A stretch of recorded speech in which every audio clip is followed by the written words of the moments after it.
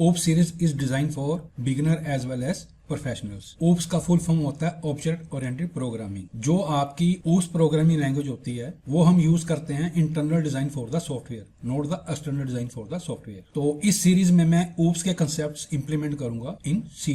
Now day बहुत सारी programming language है जो OOPS बेस्ड है। वो आपकी C++ होगी, जावा होगी, PHP होगी, एक्सेट्रा। इसके अंदर भी हम OOPS कंसेप्ट इंप्लीमेंट कर सकते हैं। तो हम कह सकते हैं कि जो OOPS बेस्ड प्रोग्रामिंग लैंग्वेज है उससे हम internal design for the software बनाते हैं, not the external design. So OOPS is a technique, not a technology. Now अब हम डिस्कस करते हैं what is the difference between modern programming language and the object oriented programming language. जो आपकी C है उसको हम कहते हैं मॉड्यूलर प्रोग्रामिंग लैंग्वेज और फंक्शनल प्रोग्रामिंग लैंग्वेज।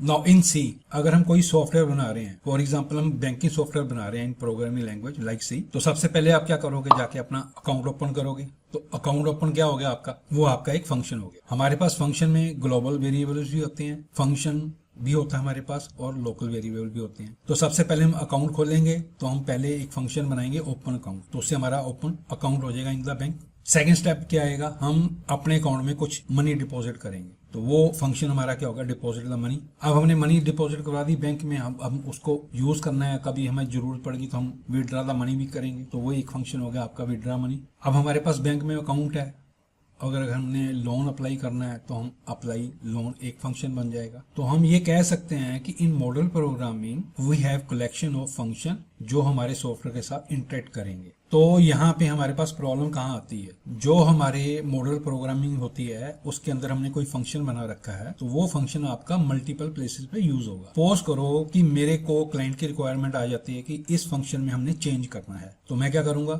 एक नया फंक्शन बनाऊंगा, तो मैं उस नए फंक्शन को हर जगह जाकर रिप्लेस करूंगा। तो यहाँ पे प्रॉब्लम क्या आएगी, मेंटेनेबिलिटी की। जैसे जैसे हमारा प्रोजेक्ट बढ़ता जाएगा वैसे वैसे हमारा वो फंक्शन मोस्टली काफी जगह यूज होगा, तो उन हर जगह पे जाकर मेरे को उसको चेंज करना पड़ेगा।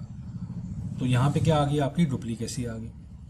सपोज करो क्लाइंट मेरे को कहता है कि मेरे को ये लॉजिक चाहिए, अब वो फंक्शन तो मेरा मल्टीपल प्लेसेस पे यूज हो रहा है, तो मैं क्या करूंगा, लॉजिक चेंज करूंगा और हर जगह पे जाके उसका फंक्शन का लॉजिक चेंज करना पड़ेगा मेरे को। तो यहाँ पे फिर प्रॉब्लम आ गई मेंटेनेबिलिटी की। तो जो ये सारी प्रॉब्लम है वो हम रिमूव करते हैं using the object oriented programming के थ्रू। नाउ अब हम समराइज कर लेते हैं what are the problem of modular programming. तो सबसे पहले क्या आ गई आपकी रीयूजेबिलिटी।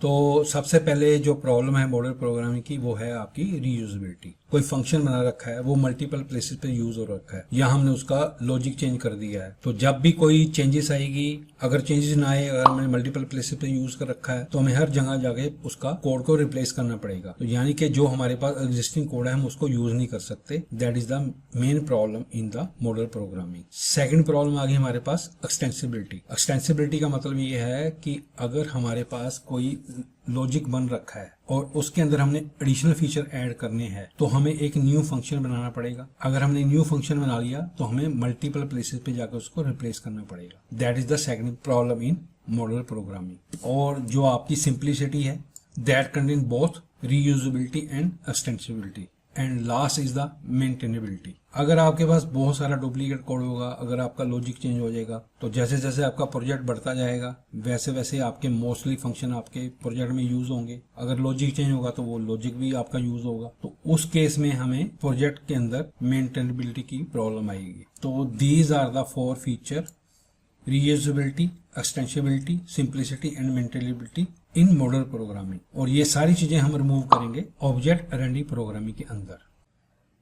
नाउ अब हम डिस्कस करते हैं ऑब्जेक्ट ओरिएंटेड की एग्जांपल। सपोज करो कि हम सॉफ्टवेयर बना रहे हैं फॉर द गवर्नमेंट्स। तो अब गवर्नमेंट में कौन कौन सी फैसिलिटी प्रोवाइड करती है, इलेक्ट्रिसिटी सर्विस प्रोवाइड करती है, सेकंड सर्विस होगी हमारी बैंकिंग सर्विस होगी, थर्ड होगी हमारी पोस्ट ऑफिस सर्विस होगी, फोर्थ होगी हमारी एजुकेशन सर्विस, फिफ्थ होगी हमारी ट्रांसपोर्ट सर्विस एक्सेट्रा। तो जो ये सारे सर्विसेज हैं इसको हम कंसीडर करते हैं एज एन ऑब्जेक्ट। तो हर ऑब्जेक्ट का अपना ओन डाटा होगा और उसके अपने फंक्शन होंगे। जैसे हम एग्जांपल लेते हैं इलेक्ट्रिक सर्विस की, तो हम पहले ऑफिस में जाएंगे तो क्या करेंगे, अकाउंट बनाएंगे। फर्स्ट स्टेप में हम क्या करेंगे, इलेक्ट्रिसिटी का कनेक्शन लेंगे, तो वो ही हमारा एक फंक्शन हो गया। सेकंड हम क्या करेंगे, हमारे पास एक से ज्यादा कनेक्शन हो सकते हैं। फिर हमारा बिलिंग आएगा, अगर हमने कनेक्शन को क्लोज करना तो हमारे पास क्लोज कनेक्शन होगा। जो ये सारी सर्विसेज हैं वो किसके थ्रू है, हमारी इलेक्ट्रिक सर्विस के थ्रू है। तो अब हम क्या करेंगे, इलेक्ट्रिक सर्विस क्या हमारा एक ऑब्जेक्ट है और उस ऑब्जेक्ट के अंदर हमारे पास फंक्शन है as well as data members है। अगर हम बैंकिंग सर्विस में बात करेंगे तो जो हमारा मॉडल प्रोग्रामिंग थे वो सारे फंक्शन यहाँ पे हमारे पास अवेलेबल हैं। तो बैंकिंग सर्विस में हमारे पास क्या होगा, एक ऑब्जेक्ट होगा और उस ऑब्जेक्ट के फंक्शन होंगे। फंक्शन वही जो हम मॉडल प्रोग्रामिंग यूज कर रहे हैं, तो वो सारे के सारे फंक्शन हम यहाँ पे ले सकते हैं। सिमिलरली हमारे पास पोस्ट ऑफिस होगा, वहां पे हम क्या करेंगे, पहले जाके रजिस्टर करेंगे, open the account, deposit the amount, withdraw the amount. Similarly हमारे पास एजुकेशन सर्विस होगी एंड ट्रांसपोर्ट सर्विस होगी। सो जब हमने गवर्नमेंट का कोई भी सॉफ्टवेयर बनाना है तो जितने भी आपके गवर्नमेंट के डिपार्टमेंट्स होंगे they act like as a object, और जो ऑब्जेक्ट होता है उसके अंदर आपके पास फंक्शंस भी होते हैं और उसके डाटा मेंबर्स भी होते हैं। तो हम कह सकते हैं OOPS is a collection of object and object containing function as well as data related to those function.